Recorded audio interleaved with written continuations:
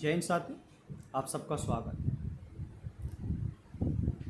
आज हम बात करेंगे काले धन पर। आज हम बात करेंगे मोदी सरकार की एक बड़ी उपलब्धि पर, जिसको मैं नाकामी कहता हूँ। मैं नाकामी किस लिए कह रहा हूँ उस पर भी बात करेंगे, मगर उससे पहले आप सबके लिए मेरे पास एक खुशखबरी है। मैं आप सबको बता देना चाहता हूँ कि अभी तक आप जिन 15-15 करोड़ के मालिक थे, आपकी उस संपत्ति में वृद्धि हो चुकी है, वो भी 300% की वृद्धि। कैसे जानिएगा, उस पर भी बात करूंगा मैं भी। हाँ, मैं बात कर रहा हूँ काले धन की। जिस काले धन का मुद्दा उठा करके उसका डंका पीटने वाली मोदी सरकार, उसके नेता 2014 में अपनी सरकार बनाने में कामयाब हुए। आज उस काले धन पे हम बात करने जा रहे हैं। अभी हाल फिलहाल में स्विस बैंक ने एक डेटा दिया है। पिछले 10 साल में स्विस बैंक में भारतीयों के काले धन में 300% का इजाफा हुआ है। 2019 में ये भारतीयों का काला धन 6600 करोड़ रुपए था, जो 2020 में 2000 करोड़ हो चुका है। जहाँ एक तरफ देश का इतना बुरा हाल है, महंगाई हो रही है, वहीं दूसरी तरफ स्विस बैंक में काला धन बढ़ता जा रहा है।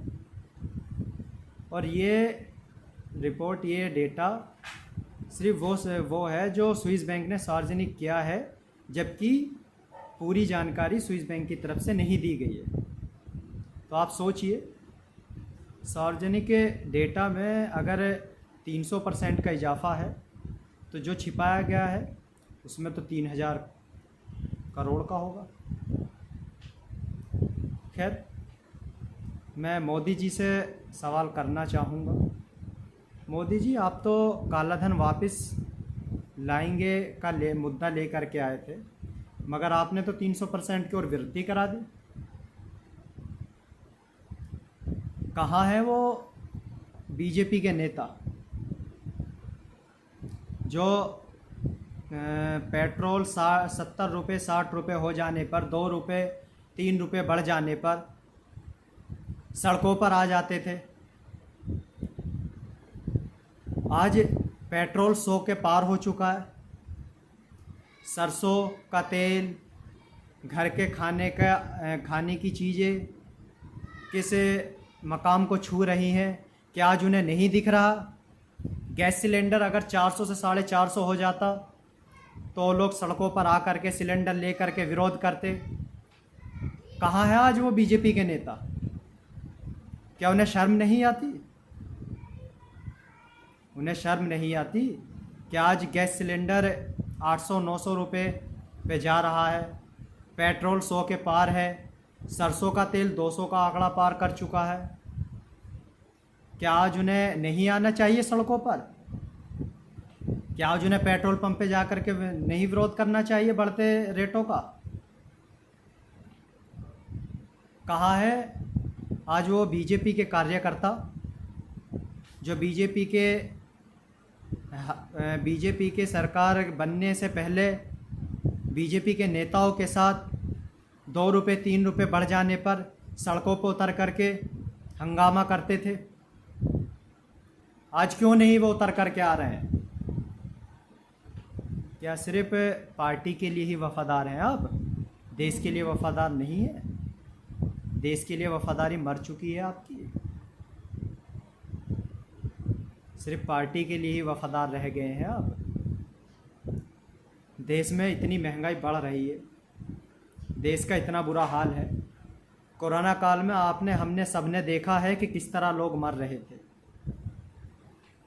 किस तरह हॉस्पिटलों से लाशें भर भर के निकल रही थी। और वहीं दूसरी तरफ स्विस बैंक में भी भर भर के नोट जमा किया जा रहा था।